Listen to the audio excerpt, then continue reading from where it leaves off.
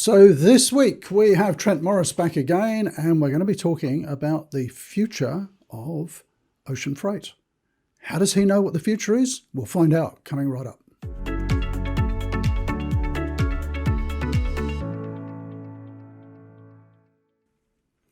So welcome back, Trent. So you're going to tell us a little bit about the future of international logistics and maritime shipping and all the rest of it. How do you know these things? Where have you been?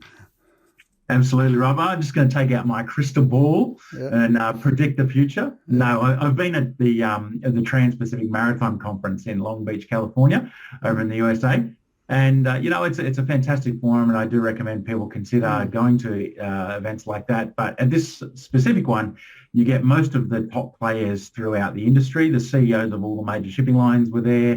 You had all the top sea intelligence type agencies there. You also had a lot of the agencies to do with the government, particularly in the USA, obviously being a US-centric conference. But then you also get a lot of very, very senior officials from other locations as well. So it's a great resource for understanding what's happening in the industry and just as importantly, when it's going to happen. So. Excellent. So we recently shot a video about the sort of state of play of ocean freight at the moment, and we'll put that link up here if you didn't see that video. But this week, let's hear a little bit about where's the industry headed. Is there new technologies coming along? What's happening with shipping in the future? Yeah, so new technology is the driving force behind everything that's happening. And the technology, a lot of it is designed around the actual infrastructure itself, so the ships themselves, the ports, etc.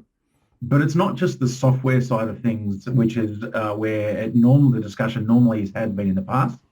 The major point of discussion that we heard constantly through the weekend was how is the shipping industry going to end up as carbon neutral, zero carbon footprint by 2050. 2050 was the mandate given by the International Maritime Organization that all shipping companies had to be carbon neutral. And so that's the real driving point behind the next 20 or 30 years. Yeah, some of the shipping lines have made quite aggressive moves into that area already. Some of them are trying to be, halfway there by 2030 as an example. And that's being driven by types of fuels they're considering, age of vessels that are being used, and some other things along those lines as well. So, for example, if you consider the types of fuel that are currently being used, you may have heard of the term bunker.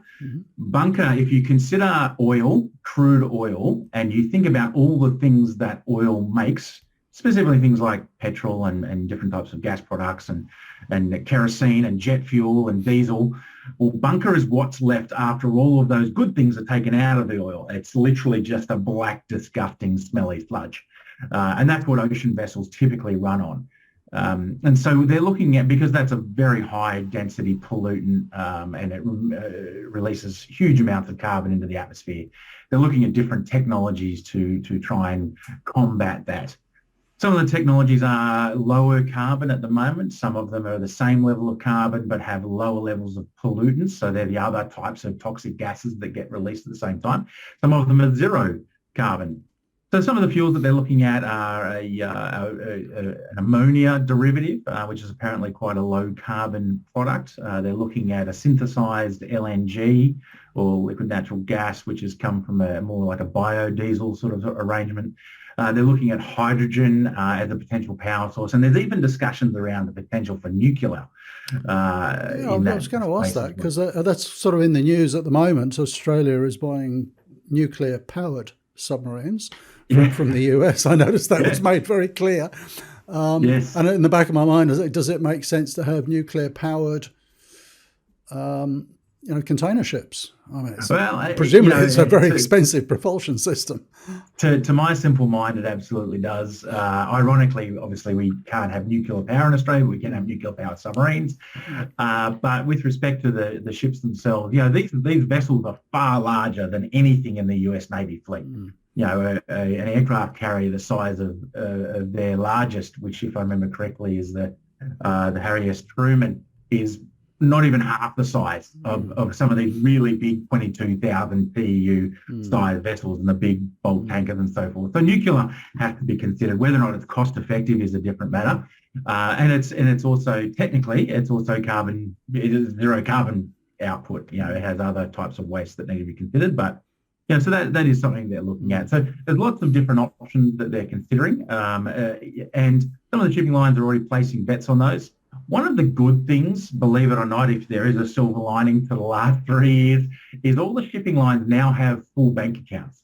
You know, so they're being driven toward these technological solutions by the IMO and by customer expectations, as they should be.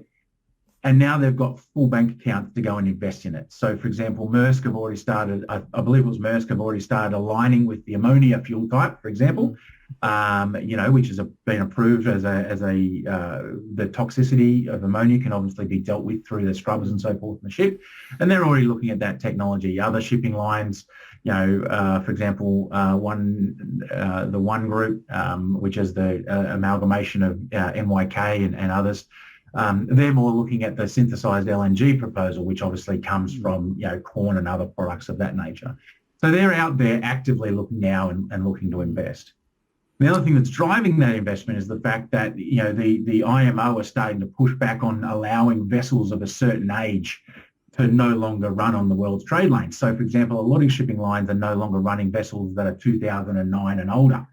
Really? You know, and in some cases, with the super large vessels coming through, those smaller vessels are being put onto smaller trade lane, and then the older ships still are being pushed out of service, or they're becoming small coastal trams, etc. So there's a lot of change happening in the industry. Probably the biggest one that, beside all of the technology that's happening in the shipping lines, if we look at the past 3 years and the challenges we've faced, a lot of those challenges actually are because of port-side infrastructure. You know, just simply getting containers off the vessel, being able to stage them in an appropriate way on the port, and then getting them off the port again. You know, so we're starting to hear people talking a lot about the infrastructure on port side. How do we actually get containers off the port quickly, efficiently, and how do we get them to the end client? And then how do we return them again once they're empty? Yeah. Following on from that, who should wear the cost if some of these containers can't be turned around quickly? You know, so these are all the discussions that are taking place at the moment, and I think we're probably going to start seeing some legislative changes come through. I wouldn't be surprised if we start seeing some of the bills of lading looked at with a more modern legal eye.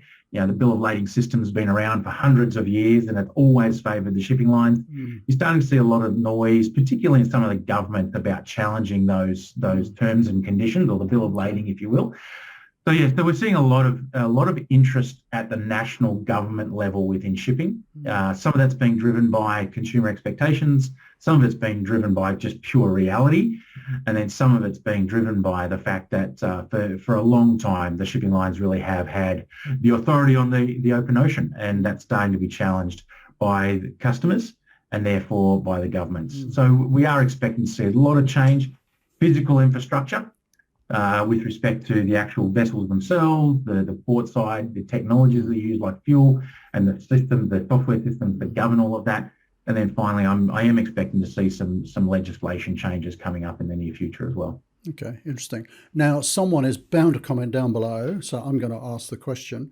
What's the sort of level of automation that we're seeing currently port side, and that we might see, you know, in terms of things like autonomous vehicles and automated loading? And I recently was reading something where AGVs are moving containers around ready for pickup, things like that.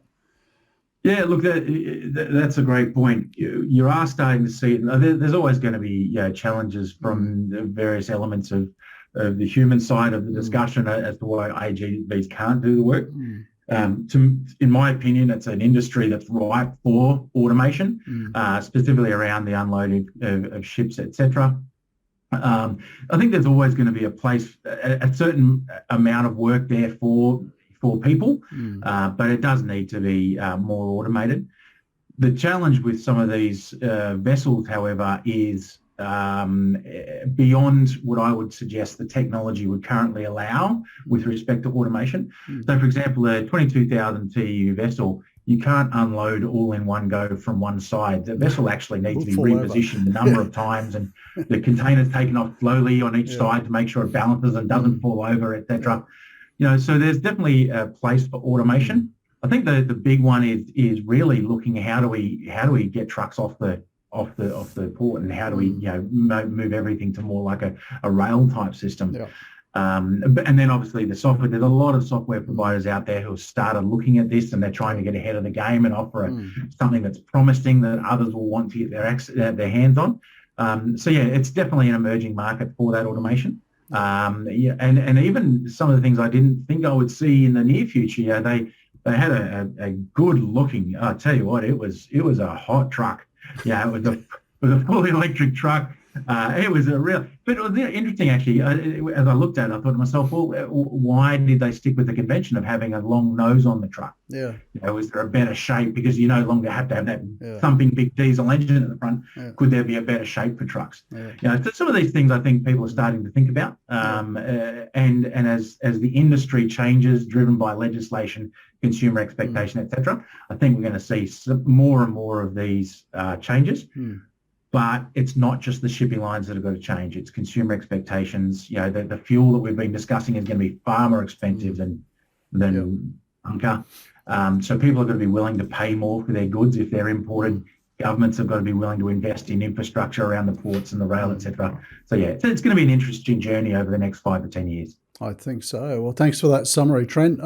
If you are sort of working in the shipping industry and you're right across some of this stuff, maybe comment down below on some of the changes that you're seeing and some of the changes you might expect to see.